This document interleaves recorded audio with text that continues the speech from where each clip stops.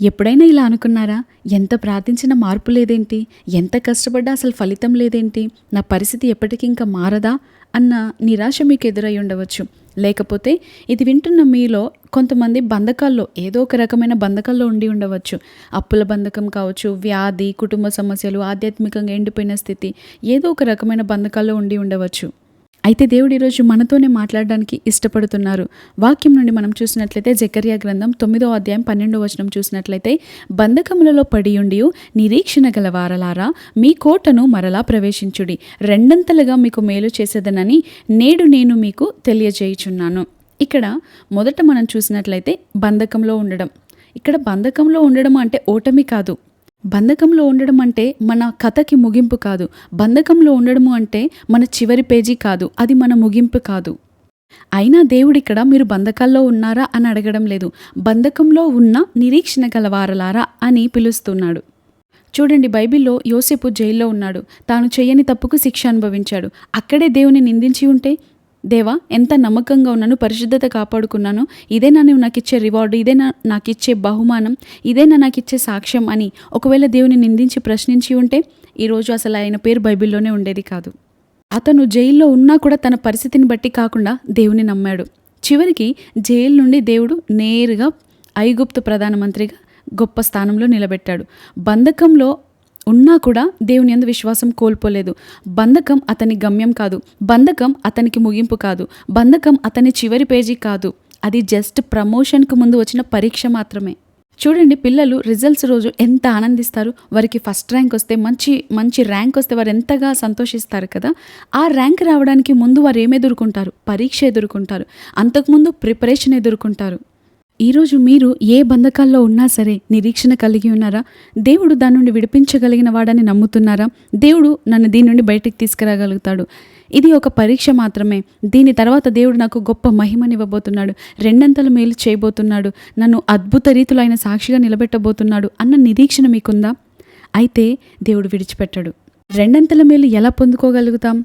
ఇంకా మనం ఈ వాక్యంలో చూసినట్లయితే, మీ కోటను మరలా ప్రవేశించుడి. ఇక్కడ దేవుడు పోరాడమని చెప్పట్లేడు, యుద్ధం చేయండి, అరవండి అని చెప్పట్లేడు. ఏమంటున్నాడు?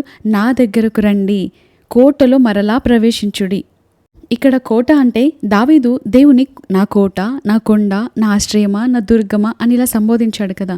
మన కోట ఎవరు అంటే యేసుప్రభువు వారే. కోటలో ప్రవేశించి మౌనంగా ఉండడం కాదు, మరలా ప్రవేశించుడి అంటే ఒకప్పుడు మనం ఎంత ప్రార్థించామో, ఒకప్పుడు మనం ఎంత వాక్యం పట్ల ఆసక్తి కలిగి ఉన్నామో, దేవుని అందు ఎంత భయభక్తులు కలిగి ఉన్నామో, మరలా ఆయన కోటలో ప్రవేశించి అంటే ఆయన దగ్గరికి వచ్చి మరలా వాటిని మనం ప్రారంభించాలని అర్థం. చాలామంది సమస్యలు ఎదుర్కొంటున్నప్పుడు, బంధకాల్లో ఇరుక్కుపోయినప్పుడు ప్రార్థన తగ్గిస్తారు, వాక్యం చదవడం తగ్గిస్తారు, సంఘానికి వెళ్ళడం మానేస్తారు, దేవునిపై అలుగుతారు, దేవునితో సరిగ్గా సమయం గడపరు. ఇలా చేసినట్లయితే శత్రువుకు, అపవాదికి ఇంకా మనం బలం ఇచ్చినట్లు అవుతాం, ఫ్యూయల్ ఇచ్చినట్లు అవుతాం. అలా చేసినట్లయితే మనం ఎప్పుడైతే సమస్యలో ఉన్నప్పుడు ఇంకెక్కువ ప్రార్థన చేయాలి. కానీ సమస్యలో ఉన్నప్పుడు ఎవరైతే ప్రార్థన తగ్గిస్తారో వారికి ఒకదాని తర్వాత ఒకటి సమస్యలు వచ్చి పడుతూనే ఉంటాయి. కానీ ఈరోజు దేవుడు అంటున్నాడు, మీరు నా యొద్దకు రండి, అప్పుడు నేను మీ యొద్దకు వస్తాను అని. నాకు తెలిసిన ఒక కుటుంబం ఉంది. వారు ఒక చిన్న వ్యాపారం చేస్తూ ఉండేవాళ్ళు, చిన్న షాప్ను నడిపిస్తూ ఉండేవారు. అయితే కొన్ని కారణాల వల్ల అకస్మాత్తుగా కొన్ని నష్టాలు ఎదురవ్వడంతో చాలా అప్పుల పాలైపోయారు. ఆ షాప్ని ఎలాగైనా రన్ చేయాలని ప్రయత్నించి అప్పులు చేశారు. అప్పులు ఎక్కువైపోయాయే తప్ప ఆ షాపు ఎంత మాత్రం సరిగ్గా నడవలేదు. ఇలా కొన్ని కారణాల వల్ల ఆ షాప్ని వారు క్లోజ్ చేశారు. అయితే చూస్తున్న చాలామంది ప్రజలు అనుకున్నారు, ఇక వీరి జీవితం ఇంతే, వీరి పరిస్థితి ఇంకా అయిపోయింది అని. కానీ ఆ కుటుంబం ఒక నిర్ణయం తీసుకుంది. ఏంటంటే, ప్రతిరోజు ఉదయాన్నే లేచి దేవుని సన్నిధిలో మనం ప్రార్థన చేద్దాం, ఉదయాన్నే లేచి ఆయన వాక్యాన్ని చదువుదాం, కుటుంబ సమేతముగా అందరం కలిసి నిరీక్షణతో పట్టు వదలకుండా ఆయన సన్నిధిలో మనం స్తుతిద్దాం అని ఎప్పుడైతే తీర్మానం తీసుకున్నారో ప్రారంభించారు. వెంటనే ఏ మార్పులు కనిపించలేదు. కానీ కొన్ని నెలలు గడిచేసరికి వారికి ఒక కొత్త అవకాశం వచ్చింది. అది పాత వ్యాపారంతో పోలిస్తే మంచి శాలరీ వచ్చే పని అది. అయితే కొద్ది కాలంలోనే వారి అప్పులన్నీ వారు తీర్చగలిగారు. తరువాత మరొక చిన్న బ్రాంచ్ని కూడా వారు ప్రారంభించేలాగా దేవుడు కృప చూపించారు. అయితే వాళ్ళు చెప్పిన మాట ఏంటి అంటే, దేవుడు వెంటనే మా సమస్యలన్నీ తొలగించలేదు, ఏదో మేము ప్రార్థిస్తున్నాం కదా అని వెంటనే దేవుడు కార్యం చేయలేదు. కానీ మమ్మల్ని వదిలిపెట్టలేదు. ఆయనను ఆశ్రయించినప్పుడు ఆయన మమ్మల్ని ఆదరించాడు, మా కొరకు ఒక కొత్త ద్వారాన్ని తెరిచాడు, ఇప్పుడు మేము చాలా సంతోషంగా ఉన్నామని వారు చెప్పారు. చూసారా, మనం చాలాసార్లు సమస్యలు ఎదుర్కొంటున్నప్పుడు, నష్టాల గుండా వెళ్తున్నప్పుడు ఇక అంతా అయిపోయింది అని అనుకుంటాం. అయితే ఒకటి గుర్తుంచుకోండి, మనం ఎప్పుడు ఓటమి పాలవుతాము అంటే నష్టపోయినప్పుడు కాదు, మన నిరీక్షణ కోల్పోయినప్పుడు. మనం సమస్యల గుండా వెళ్తున్నప్పుడు సహజంగా నిరీక్షణ కోల్పోతాం. అసలు ఇది అవుతుందా, ఇది జరుగుతుందా, ఇది సాధ్యమేనా అన్న ప్రశ్నలు కూడా తలెత్తుతాయి. కానీ మన పరిస్థితుల వైపు చూస్తే అటువంటి ప్రశ్నలు వస్తాయి. దేవుని వైపు చూస్తే దేవునికి సమస్తం సాధ్యం. ఆయనకు అసాధ్యమైంది ఏదీ లేదు. చనిపోయిన లాజర్ని తిరిగి లేపిన దేవుడు ఆయన. నా జీవితంలో ఈ కార్యం జరిగించడం ఆయనకి ఏమాత్రం అసాధ్యము కాదు. ఆయన లేని వాటిని ఉన్నట్టుగా పిలిచే దేవుడు, మృతులను సజీవులుగా చేసే దేవుడు, ఎండిన అహరోను కర్రని చిగురింపచేసిన దేవునికి, ఎర్ర సముద్రం 2 పాయలు చేసిన దేవునికి నా జీవితంలో ఇది చేయట ఏమాత్రం అసాధ్యం కాదు. ఇలాంటి మాటలు ఆయన వైపు చూస్తూ వాక్యాన్ని ఎత్తిపెట్టి మనం పలుకుతూ ఉంటే మనలో నిరీక్షణ పుడుతుంది, మనలో విశ్వాసం చిగురిస్తుంది. అయితే మనం ఆయన కోటలో ప్రవేశించి ప్రార్థన, స్తుతి, ఆరాధన, మనం వాక్యం చదవడం, విశ్వాసాన్ని పెంచుకోవడం, వాక్యాన్ని ఒప్పుకోవడం, విధేయత కలిగి జీవిస్తూ ఉండడం, ఆయనకి ఇష్టానుసారంగా బ్రతుకుతూ ఉంటే ఆయన చూస్తూ ఏమీ ఊరుకోడు. ఆయనను ఆశ్రయించిన వారికి ఆయన దాచి ఉంచిన మేలు ఎంతో గొప్పది. హల్లెలూయా.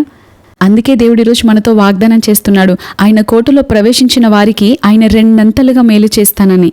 దేవుడు కేవలం మనం నష్టపోయిన దాన్ని భర్తీ చేయడం మాత్రమే కాదు, దానికంటే గొప్పదిగా ఇస్తాడు. ఎందుకంటే క్రొత్త నిబంధనలో మనం చదువుతాం, దేవుడు అడుగు వాటన్నింటికంటే, ఊహించే వాటన్నింటికంటే అత్యధికంగా ఇచ్చే సర్వశక్తిమంతుడని వాక్యం తెలియజేస్తుంది. యోబును చూడండి, బైబిల్లో సమస్తాన్ని కోల్పోయాడు, కానీ దేవుడు అతన్ని విడిచిపెట్టలేదు. ఆయన కూడా తన విశ్వాసాన్ని విడిచిపెట్టలేదు. నిరీక్షణ కలిగి ఉన్నాడు, విశ్వాసాన్ని కాపాడుకున్నాడు.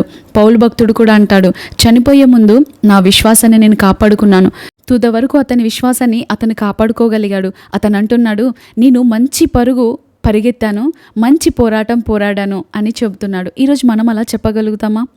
మనమైతే ఏదైనా చిన్న సమస్య రాగానే వెంటనే కృంగిపోతూ ఉంటాం.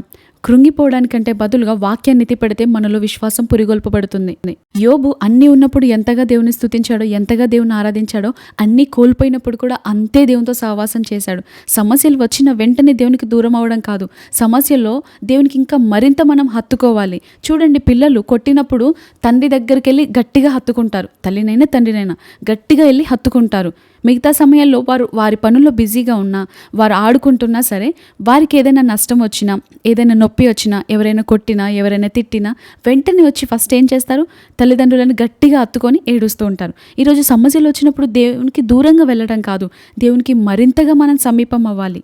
యోబు అన్నీ కోల్పోయినా కూడా విశ్వాసాన్ని కోల్పోకుండా దేవుని స్తుతిస్తుంటే దేవుడు చూస్తూ ఊరుకున్నాడా?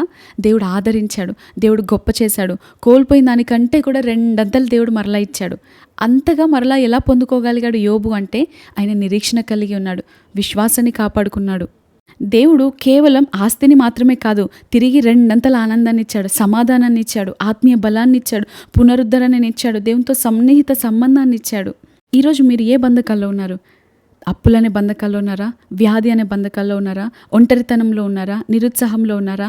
అయితే వాక్యం చెప్తుంది, నా యుద్ధకు రండి, నిరీక్షణ కోల్పోవద్దు, నేను మీకు 2 అంతలు మేలు చేస్తానని దేవుడు వాగ్దానం చేస్తున్నాడు. ఈరోజు మీరు అనుభవిస్తున్న మీ బంధకాలు ముగింపు కాదు. కాబట్టి నిరీక్షణ కోల్పోకండి. ఆయన కోటలో తిరిగి ప్రవేశిద్దాం. మునుపు ఎంతగా దేవుని సేవించామో, ఎంతగా స్తుతించామో, ఎంతగా ఆయనకు సమీపంగా బ్రతికామో, అంతకంటే ఇప్పుడు మరింతగా మనం ఆయన సమీపముగా చేరి ఆయనను సంతోషపెడదాం. దేవుడు నిరీక్షణతో ఆయనను ఆశ్రయించిన వారిని విడిచిపెట్టే దేవుడు కాదు. ఆయన యొద్దకు ఎవ్వరు వచ్చినా సరే ఆయన తృణీకరించే దేవుడు కాదు.